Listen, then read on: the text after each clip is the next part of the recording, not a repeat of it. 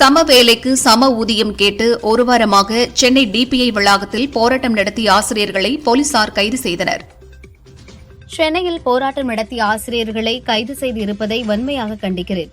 100% தேர்தல் வாக்குறுதிகளை நிறைவேற்றிவிட்டேன் என்று பொய் சொல்லி மக்களை ஏமாற்றி வரும் முதல்வர் ஸ்டாலின் கைது செய்த அனைவரையும் உடனடியாக விடுவிக்க வேண்டும் என அதிமுக பொதுச் செயலாளர் பழனிசாமி வலியுறுத்தியுள்ளார். 12,000 ஆசிரியர்களை பணி நிரந்தரம் செய்ய நடவடிக்கை எடுப்போம் என வாக்குறுதி அளித்த திமுக இதுவரை எந்த நடவடிக்கையும் எடுக்கவில்லை. அறவழியில் போராடிய ஆசிரியர்களை அத்துமீறி கைது செய்தது கண்டிக்கத்தக்கது. உடனடியாக ஆசிரியர்களை விடுதலை செய்ய வேண்டும் என பாஜக தலைவர் அண்ணாமலை வலியுறுத்தியுள்ளார். திமுக எம்பி ஜெகத் ரட்சகன் வீடு, அலுவலகம், ஹோட்டல் உட்பட 30க்கும் மேற்பட்ட இடங்களில் வருமான வரித்துறை அதிகாரிகள் சோதனையிட்டு வருகின்றனர். மத்திய பாஜக அரசின் பழிவாங்கும் அரசியலுக்கு எல்லையே இல்லை. ஆம் ஆத்மி எம்பி சஞ்சய் சிங் கைது, திமுக எம்பி ஜெகத் ரட்சகனின் வீட்டில் சோதனை ஆகியவை தெளிவான எடுத்துக்காட்டுகள். எதிர்க்கட்சித் தலைவர்களை திட்டமிட்டு துன்புறுத்துவது ஜனநாயகத்தின் மீதான தாக்குதலாகும். எதிர்க்கட்சிகளிடையே வளர்ந்து வரும் ஒற்றுமையை கண்டு பாஜக தெளிவாக பயப்படுகிறது என முதல்வர் ஸ்டாலின் கூறியுள்ளார். வள்ளலார் காலத்திற்கு முன்னதாகவே சிந்தித்தவர். வள்ளலாரின் வார்த்தைகள் வாசிக்கவும் புரிந்து கொள்ளவும் எளிமையானவை. லோக்சபா மற்றும் சட்டசபைகளில் மகளிருக்கு இடஒதுக்கீடு சட்டத்தை வள்ளலார் இன்று உயிரோடு இருந்திருந்தால் பாராட்டியிருப்பார் என்று நம்புகிறேன் என பிரதமர் மோடி தெரிவித்துள்ளார். ராஜஸ்தான் மாநிலம் ஜோத்பூரில் நடந்த நிகழ்ச்சியில் பிரதமர் மோடி பங்கேற்று பேசினார். தடுப்பூசி போர் என்ற திரைப்படம் வந்துள்ளது. இந்தியாவில் கோவிட்டை எதிர்த்து போராட நமது விஞ்ஞானிகள் கடுமையாக உழைத்தனர். அது பற்றிய அனைத்து விஷயங்களும் இந்த படத்தில் காட்டப்பட்டுள்ளது. விஞ்ஞானிகளுக்கும் அறிவியலுக்கு முக்கியத்துவம் கொடுத்த இந்த படத்தை எடுத்தவர்களுக்கும் பாராட்டுகள் என மோடி கூறினார். பயங்கரவாதத்தை நாட்டிலிருந்து முற்றிலும் வேறறுக்க மத்திய அரசு உறுதி பூண்டுள்ளதாக உள்துறை அமைச்சர் அமித்ஷா கூறினார். இதுவரை ஆங்கிலத்தில் யுபிஏ என அழைக்கப்பட்ட கூட்டணியை தமிழில் ஐக்கிய முற்போக்கு கூட்டணி ஐமுக என சொல்லிக் கொண்டிருந்தவர்கள் இந்தியா என்ற பெயர் சூட்டப்பட்ட இந்திய தேசிய வளர்ச்சி உள்ளடக்கிய கூட்டணியை இதேபாவுக என்றல்லவா தமிழில் அழைக்க வேண்டும். அதை விடுத்து மலிவான அரசியலுக்காக தமிழை புறக்கணித்து இந்தியா கூட்டணி என்று சொல்லிக் கொள்வது மக்களை ஏமாற்றவா அல்லது தாங்கள் புத்திசாலிகள் என்ற நினைப்பிலா என தமிழக பாஜக துணைத் தலைவர் நாராயணன் திருப்பதி கேள்வி எழுப்பியுள்ளார். டெல்லியில் அக்டோபர் 9ஆம் தேதி காலை 10 மணிக்கு காங்கிரஸ் தலைமை அலுவலகத்தில் காங்கிரஸ் செயற்குழு கூட்டம் நடைபெறவுள்ளது. 2024ஆம் ஆண்டு நடக்கவுள்ள லோக்சபா தேர்தல் குறித்து விவாதிக்கப்படும் என கட்சி வட்டாரங்கள் தரப்பில் தெரிவிக்கப்பட்டுள்ளது. ஒலிம்பஸ் கிரானைட் நிறுவனம் 257 கோடி ரூபாய் முறைகேடு வழக்கில் பங்குதாரர் துரை, தயாநிதி, அழகிரி உள்ளிட்ட 12 பேர் மதுரை மாவட்ட நீதிமன்றத்தில் நேரில் ஆஜராகினர். வழக்கின் அடுத்த கட்ட விசாரணை நவம்பர் 6ஆம் தேதிக்கு ஒத்திவைக்கப்பட்டுள்ளது. பாஜக தலைமையிலான தேசிய ஜனநாயக கூட்டணியில் இருந்து விலகுவதாக நடிகரும் ஜனசேனா கட்சி தலைவருமான பவன் கல்யாண் அறிவித்துள்ளார். ஆந்திர முன்னாள் முதல்வர் சந்திரபாபு நாயுடுவின் தெலுங்கு தேசம் கட்சியுடன் இணைந்து லோக்சபா மற்றும் சட்டசபை தேர்தலில் கூட்டணி அமைக்க உள்ளதாகவும் தெரிவித்துள்ளார். கூட்டணியிலிருந்து செல்பவர்கள் செல்லட்டும், அது அவர்களின் விருப்பம். அதை பற்றி நாம் ஏன் பேச வேண்டும்? தேர்தல் கூட்டணி குறித்து என் நிலைப்பாட்டை டெல்லி தலைமையிடம் நான் ஆழமாக கூறிவிட்டேன். இனி டெல்லி தலைமைதான் முடிவெடுக்கும் என தமிழக பாஜக தலைவர் அண்ணாமலை தெரிவித்துள்ளார். தமிழகத்தில் ஜாதி வேறுபாடு இருப்பதாக கூறும் கவர்னர் பீகார் சென்று ஜாதி வேறுபாடு குறித்து பேச வேண்டும் என அமைச்சர் பொன்முடி கூறினார். மக்கள் ஒன்றாக இருக்க வேண்டும் என்ற எண்ணம் பிரதமருக்கும் கவர்னருக்கும் இல்லை என்றும் தெரிவித்தார். தமிழகத்தில் ஜாதிவாரி கணக்கெடுப்பு நடத்த ஐஏஎஸ் அதிகாரி வெங்கடகிருஷ்ணன் தலைமையிலான ஆணையத்தை அன்றைய கவர்னர் அலெக்சாண்டர் அமைத்தார். ஆனால் 1989இல் திமுக ஆட்சிக்கு வந்ததும் அது ரத்து செய்யப்பட்டது. இது சமூக நீதிக்கு செய்யப்பட்ட பெரும் துரோகம் என பாமக தலைவர் அன்புமணி தெரிவித்துள்ளார். பரந்தூர் விமான நிலைய திட்டத்திற்கு எதிராக அறவழியில் போராட்டம் நடத்திய கிராம மக்கள் மீது காவல்துறை வழக்கு பதிவு செய்திருப்பது கண்டனத்திற்குரியது. அவர்கள் மீது போடப்பட்ட வழக்குகளை உடனடியாக அரசு திரும்ப பெற வேண்டும். விவசாயிகள், பொதுமக்கள் விரும்பாத எந்தவொரு திட்டத்தையும் தமிழகத்திற்கு கொண்டுவரக்கூடாது என அமமுக பொதுச் செயலாளர் தினகரன் தெரிவித்துள்ளார். தமிழகத்தில் அதிமுக ஆட்சிக்கு வந்திருந்தால் பெண்களுக்கு 1500 ரூபாய், ஆண்டுக்கு 6 சிலிண்டரும் இலவசமாக வழங்கியிருப்போம். பீகார் ஜாதிவாரி கணக்கெடுப்பு குறித்து தமிழக அரசோ திமுகவோ இதுவரை தனது அதிகாரப்பூர்வ நிலைப்பாட்டை எடுக்காதது ஏமாற்றம் அளிக்கிறது. 69% இடஒதுக்கீட்டை பாதுகாக்கவாவது தமிழகத்தில் ஜாதிவாரி கணக்கெடுப்பு நடத்த வேண்டும். அதற்கு தடையாக இருப்பது ஏது என்று தெரியவில்லை என பாமக நிறுவனர் ராமதாஸ் தெரிவித்துள்ளார். ஆசிய விளையாட்டுப் போட்டி வில்வித்தையில் இந்திய மகளிர் அணியைச் சேர்ந்த ஜோதி சுரேகா, அதிதி கோபிச்சந்த், பர்னீத் கவுர் ஆகியோர் தங்கம் வென்று அசத்தியுள்ளனர். மகாராஷ்டிரா புனேவில் பைக் சர்வீஸ் சென்டரில் தீ விபத்து ஏற்பட்டது. தீயில் 25 பைக் முற்றிலும் எரிந்து சேதமாகின. தீயணைப்பு படையினர் விரைந்து வந்து தீயை அணைத்தனர். கோவையில் முத்ரா, ஸ்டார்ட் அப் இந்தியா, தொழில், வீடு, தனிநபர் என ரூபாய் 3,749 கோடி கடனுதவி வழங்கப்பட்டுள்ளது என பாஜக தேசிய மகளிர் அணி தலைவர் வானதி சீனிவாசன் தெரிவித்துள்ளார். உடுமலை கம்பெனிகளில் பணிபுரியும் வடமாநில தொழிலாளர்கள் பாலக்காடு, சென்னை ரயிலை மட்டுமே நம்பியுள்ளனர். பண்டிகை நாட்களில் சொந்த ஊர் செல்வோர் ரயில் படிக்கட்டுகளில் தொங்கியும் கூட்ட நெரிசலில் சிக்கி தவிப்பதாகவும் தெற்கு ரயில்வே அதிகாரிகள் கூடுதல் ரயில் இயக்க நடவடிக்கை எடுக்க வேண்டும் என வலியுறுத்தினர். தமிழ்நாடு வேளாண்மை பல்கலைக்கழகத்தின் நீர் வெப்ப திரவமாக்கல் உலை வடிவமைப்புக்கு தேசிய காப்புரிமை கிடைத்துள்ளது. மத்திய வர்த்தக மற்றும் தொழில்துறை அமைச்சகம் இந்த காப்புரிமையை வழங்கியுள்ளது.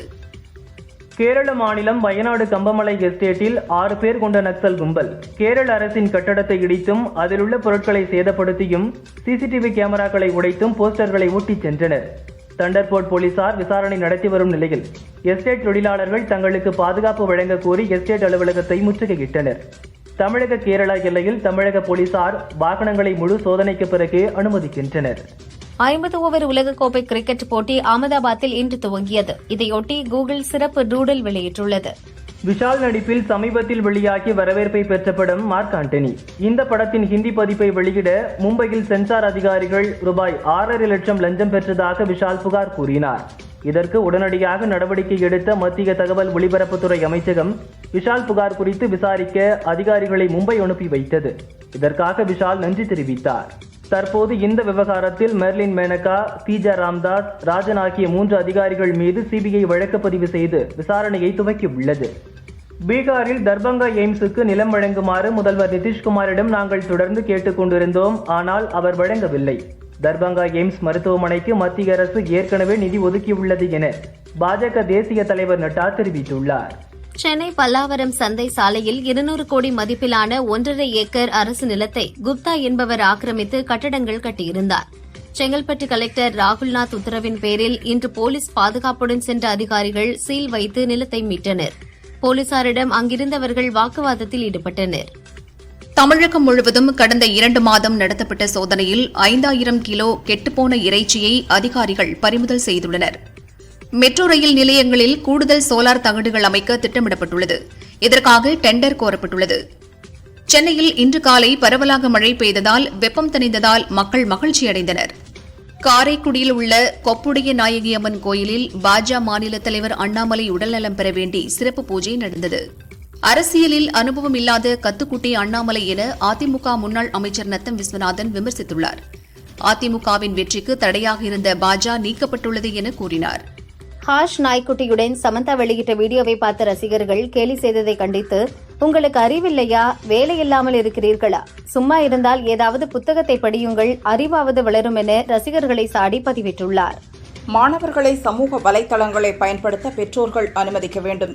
இன்று சமூக வலைதளங்கள் என்பது தவிர்க்க முடியாத ஒன்று. அதனை நல்ல முறையில் பயன்படுத்த பெற்றோர்கள் அவர்களை வழிநடத்த வேண்டும். அப்போதுதான் அதில் இருக்கக்கூடிய விஷயங்களை தெரிந்து கொள்ள முடியும் என கோவை மாவட்ட எஸ்பி பத்ரி நாராயணன் தெரிவித்தார். அரசு பல்கலைக்கழகங்கள், அரசு கல்லூரிகளில் காலியாக உள்ள ஆசிரியர் பணியிடங்களை நிரப்ப வேண்டும் என ஓ பன்னீர்செல்வம் வலியுறுத்தியுள்ளார். சந்திராயன் 2 தோல்வியடைந்தது. நாங்கள் தளராமல் மீண்டும் முயற்சி எடுத்து நம்பிக்கையுடன் பணிபுரிந்து சந்திராயன் 3ஐ வெற்றி பெற வைத்து இந்தியாவுக்கு பெருமை சேர்த்தோம். இளைஞர்கள் தோல்வியை கண்டு பயப்படாமல் வாழ்க்கையில் என்ன நினைக்கிறீர்களோ அதை முழு மூச்சுடன் நிறைவேற்றுங்கள். இது அப்துல் கலாம் கூறியது என சந்திராயன் 3 திட்ட இயக்குநர் வீரமுத்துவேல் தெரிவித்தார். விழுப்புரம் மாவட்டம் சாலையம்பாளையம் கிராமத்தில் 423 ஏக்கர் பரப்பளவில் ஏரி உள்ளது. இந்த ஏரிக்கு செல்லும் வாய்க்காலில் உள்ள ஆக்கிரமிப்புகளை அகற்ற கோரி சமூக ஆர்வலர் பிரகாஷ் என்பவர் எருமை மாட்டிடம் மனு அளித்து ஆர்ப்பாட்டம் நடத்தினார். விழுப்புரம் சித்தேரிக்கரை பகுதியைச் சேர்ந்தவர் ஸ்ரீராம் என்ற ராம்குமார். இளைஞரான ராம்குமாரை முன்விரோதம் காரணமாக சிலர் கத்தியால் குத்தி கொலை செய்தனர். தலைமறைவான பாலாஜி என்பவரை போலீசார் தேடி வருகின்றனர். வேலூர் ரங்காபுரம் பகுதியைச் சேர்ந்தவர் மனோகரன். இவரது காரில் மாதையன் என்பவர் வேலூர் நோக்கி சென்றார். கலெக்டர் அலுவலகம் அருகே உள்ள பாலத்தில் சென்றபோது கார் திடீரென தீப்பற்றியது. மாதையன் காரிலிருந்து இறங்கி உயிர் தப்பினார். தீயணைப்புத் துறையினர் விரைந்து வந்து தீயை அணைத்தனர். இருப்பினும் கார் முற்றிலும் எரிந்து நாசமானது. திருச்சியில் மகளிருக்கான மாநில அளவிலான T20 கிரிக்கெட் போட்டி பிஷப் ஹீபர் கல்லூரி மைதானத்தில் இன்று துவங்கியது. போட்டி துவக்க நிகழ்ச்சியில் சென்னையிலிருந்து போட்டியில் பங்கேற்க வந்த மாணவி அனு தனது வாய் அசைவில் சத்தம் எழுப்பி தேசிய கீதத்தை இசைத்தார்.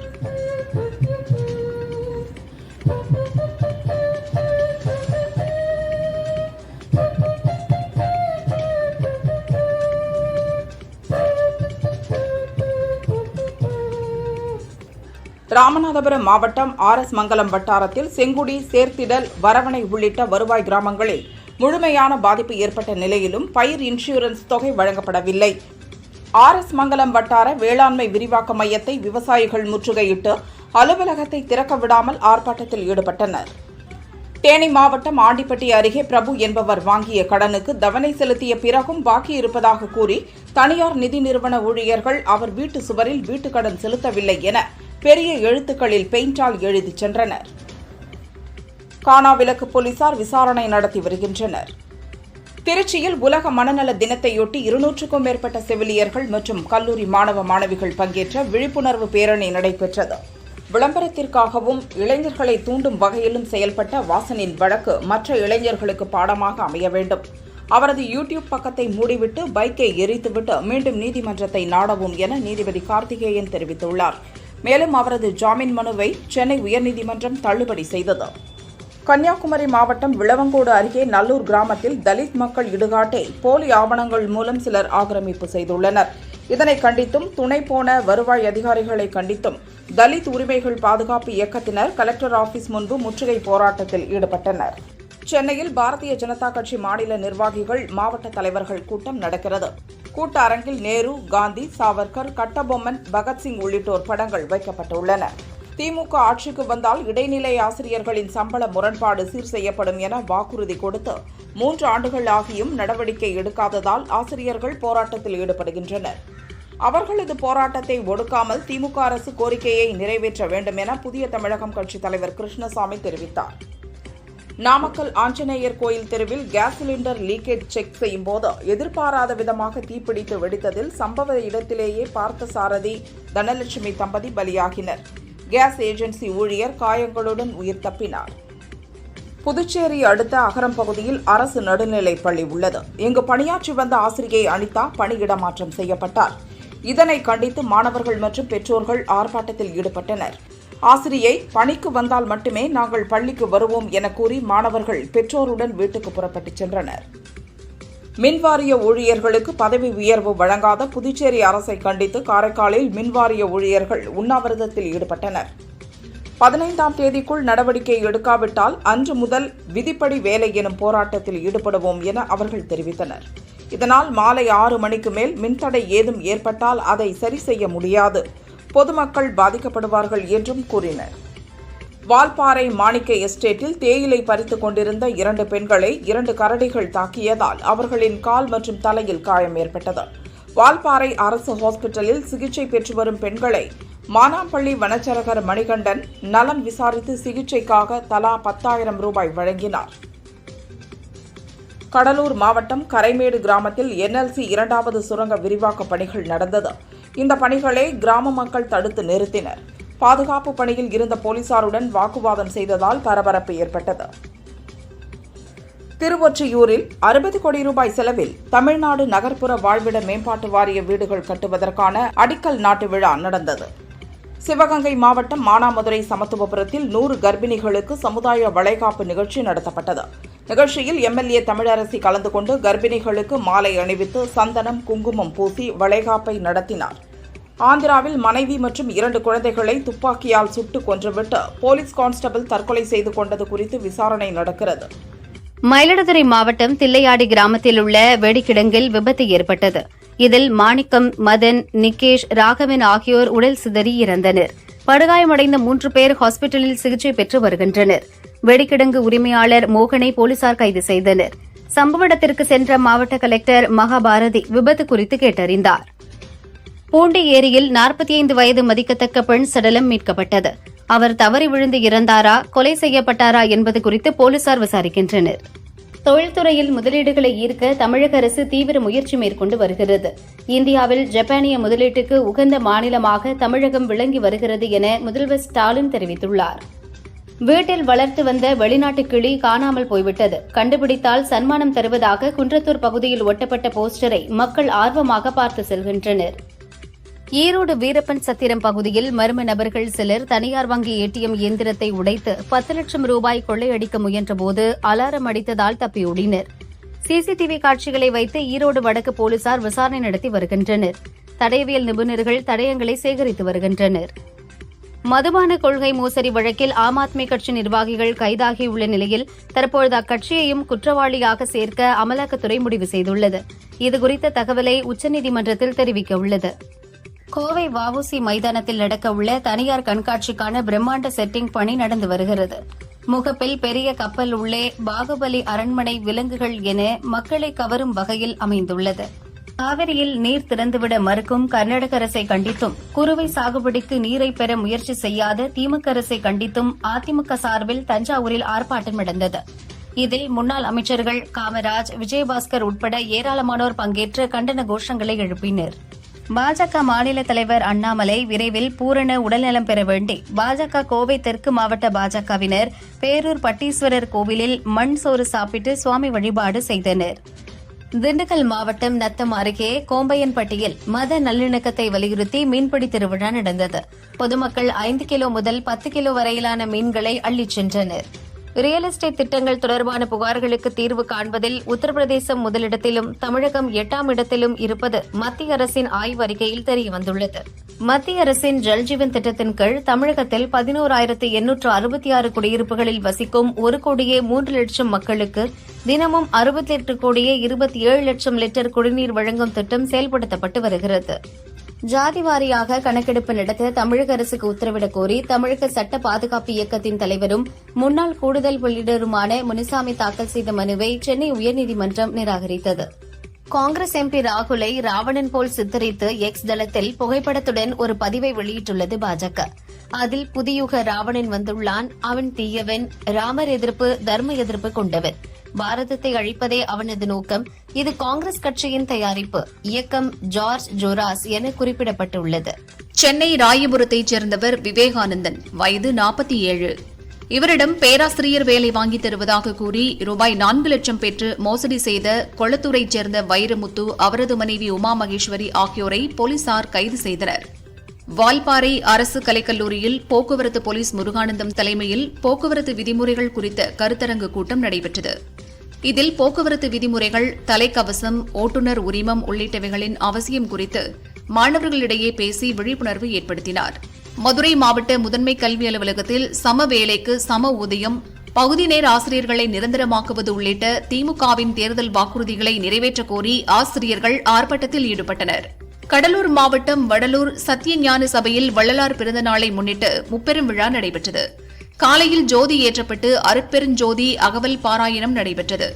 வடலூர் பஸ் நிலையத்திலிருந்து சத்தியஞான சபை வரை வள்ளலார் அருள்நெறி பரப்புரை ஊர்வலம் நடைபெற்றது. வள்ளலாரின் பாடல்களை பாடி பெண்கள் கோலாட்டத்துடன் நடனமாடி சென்றனர். பட்டா மாற்றித்தர ரூபாய் 1 லட்சம் லஞ்சம் வாங்கிய RS மங்கலம் தாசில்தார் தென்னரசு லஞ்ச ஒழிப்பு போலீசாரால் கைது செய்யப்பட்டார். மதுவிலக்கு உலகம் முழுவதும் தோற்றுப்போன சித்தாந்தம். காந்தி பிறந்த போர்பந்தரில் அதிகம் மது கிடைக்கிறது. மதுவிலக்கு என்பது முடியாத ஒன்று என காங்கிரஸ் எம்பி கார்த்தி தெரிவித்துள்ளார். ராணிப்பேட்டை மாவட்டம் மேல்வேலம் பகுதியைச் சேர்ந்தவர் கோபி, வயது 50. மது குடித்துவிட்டு மனைவி மஞ்சுளாவை தாக்கினார். ஆத்திரமடைந்த அவரது மகன் 26 வயது யுவராஜ் தந்தை கோபியை தாக்கி தலையில் கல்லை தூக்கி போட்டுக் கொன்றார். போலீசார் யுவராஜை கைது செய்தனர்.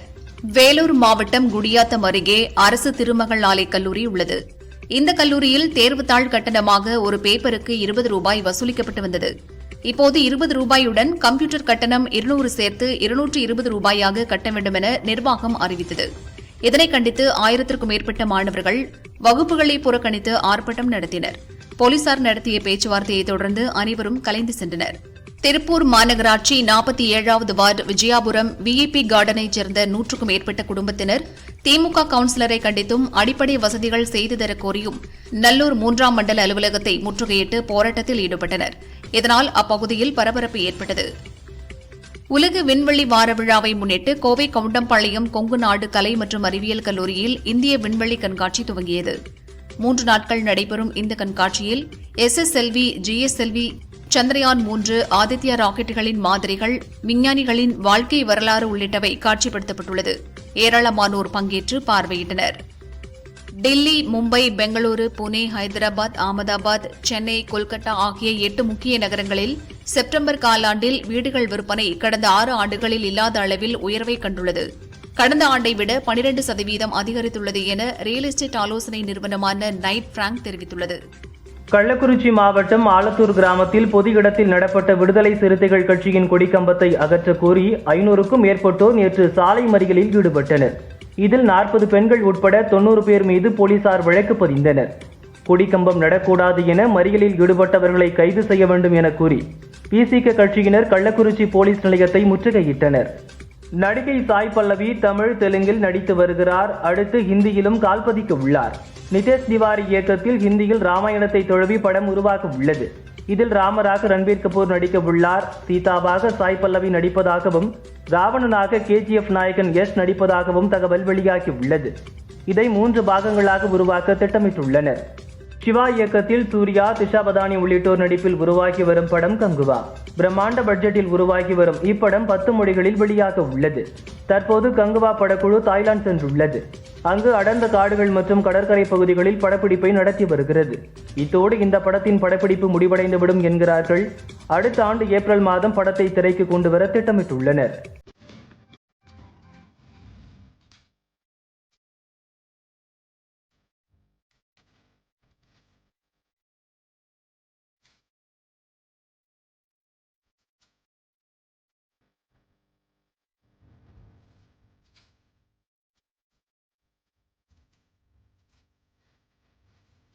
இசையமைப்பாளராக ஜிவி பிரகாஷ்குமார் 100வது படத்தையும், நடிகராக 25வது படத்தையும் விரைவில் எட்ட உள்ளார்.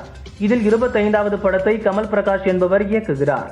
ஃபேண்டசி கதைக்களத்தில் உருவாகும் இந்த படத்திற்கு கிங்ஸ்டன் என பெயர் வைக்க முடிவு செய்துள்ளனர். மற்ற நடிகர்கள் தேர்வு நடக்கிறது. ஜிவி பிரகாஷின் சினிமா பயணத்தில் இந்த படம்தான் அதிக பட்ஜெட்டில் தயாராகிறதாம்.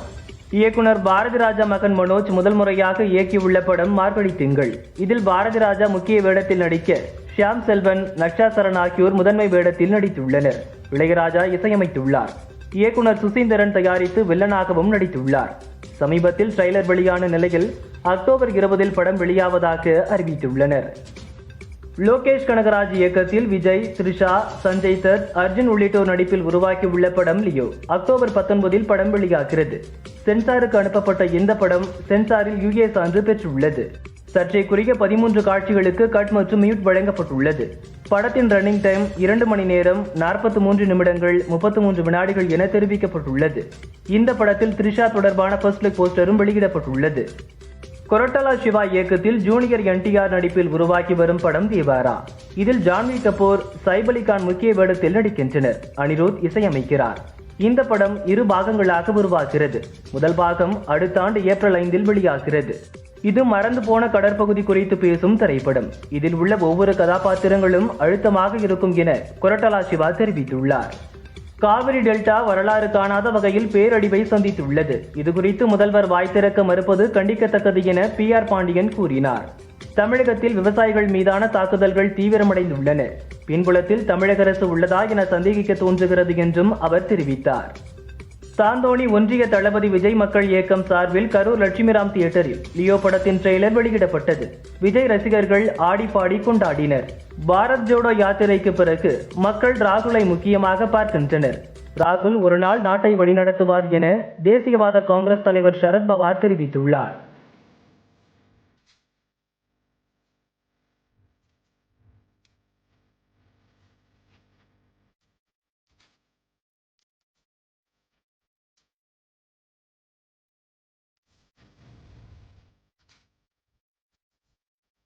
திருச்சி மாவட்டம் முக்கொம்பு அணை சுற்றுலா பகுதியில் துவாக்குடியைச் சேர்ந்த 17 வயது சிறுமியும் காதலனும் இருந்தனர்.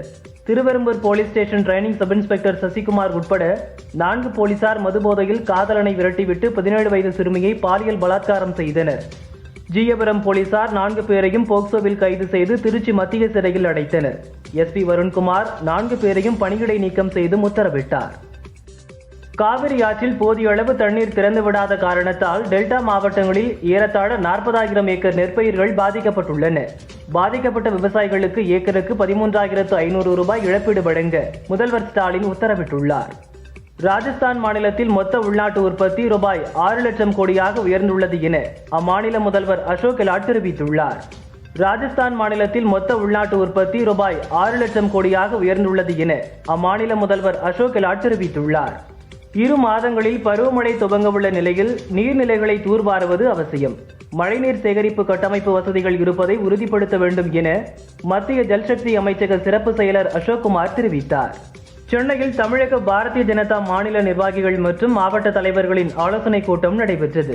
கூட்டத்தில் பேசிய அண்ணாமலை, கூட்டணியில் இருந்து போகிறவர்கள் போகட்டும், அது அவர்கள் விருப்பம். கூட்டணி குறித்து கட்சியின் தேசிய தலைமை முடிவு செய்யும். அடுத்த 7 மாதங்கள் கொடுமையாக உழைக்க வேண்டும். பூத் கமிட்டிகளில் பெண்களை அதிகளவில் சேர்க்க வேண்டும் என கூறினார். ராமநாதபுரம் மாவட்டம் RS மங்கலம் வட்டார ஒருங்கிணைந்த வேளாண்மை விரிவாக்க மையத்தை பயிர் காப்பீடு இழப்பீடு தொகை வழங்காததை கண்டித்து 500க்கும் மேற்பட்ட விவசாயிகள் முற்றுகையிட்டு போராட்டத்தில் ஈடுபட்டனர். மதுபான கொள்கை வழக்கில் டெல்லி ஆம் ஆத்மி MP சஞ்சய் சிங்கை அமலாக்கத்துறை அதிகாரிகள் நேற்று கைது செய்தனர். இன்று அவர் டெல்லி ரோஸ் அவென்யூ கோர்ட்டில் ஆஜர்படுத்தப்பட்டார். அவரை 5 நாட்கள் நீதிமன்ற காவலில் சிறையில் அடைக்க நீதிபதி உத்தரவிட்டார். 50 ஓவர் உலகக்கோப்பை கிரிக்கெட் போட்டி அகமதாபாத்தில் இன்று துவங்கியது. இதையொட்டி கூகுள் சிறப்பு டூடில் வெளியிட்டுள்ளது. நடிகை சாய் பல்லவி தமிழ், தெலுங்கில் நடித்து வருகிறார். அடுத்து ஹிந்தியிலும் கால்பதிக்க உள்ளார். நிதேஷ் திவாரி இயக்கத்தில் ஹிந்தியில் ராமாயணத்தை தழுவி படம் உருவாக உள்ளது. இதில் ராமராக ரன்பீர் கபூர் நடிக்க உள்ளார். சீதாவாக சாய் பல்லவி நடிப்பதாகவும் ராவணனாக KGF நாயகன் யஷ் நடிப்பதாகவும் தகவல் வெளியாகி உள்ளது. இதை 3 பாகங்களாக உருவாக்க திட்டமிட்டுள்ளனர். லோகேஷ் கனகராஜ் இயக்கத்தில் விஜய், த்ரிஷா, சஞ்சய் தத், அர்ஜுன் உள்ளிட்டோர் நடிப்பில் உருவாக்கியுள்ள படம் லியோ அக்டோபர் 19 படம் வெளியாகிறது. சென்சாருக்கு அனுப்பப்பட்ட இந்த படம் சென்சாரில் UA சான்று பெற்றுள்ளது. சர்ச்சைக்குரிய 13 காட்சிகளுக்கு கட் மற்றும் மியூட் வழங்கப்பட்டுள்ளது. படத்தின் ரன்னிங் டைம் 2 மணி நேரம் 43 நிமிடங்கள் 33 வினாடிகள் என தெரிவிக்கப்பட்டுள்ளது. இந்த படத்தில் த்ரிஷா தொடர்பான ஃபர்ஸ்ட் லுக் போஸ்டரும் வெளியிடப்பட்டுள்ளது.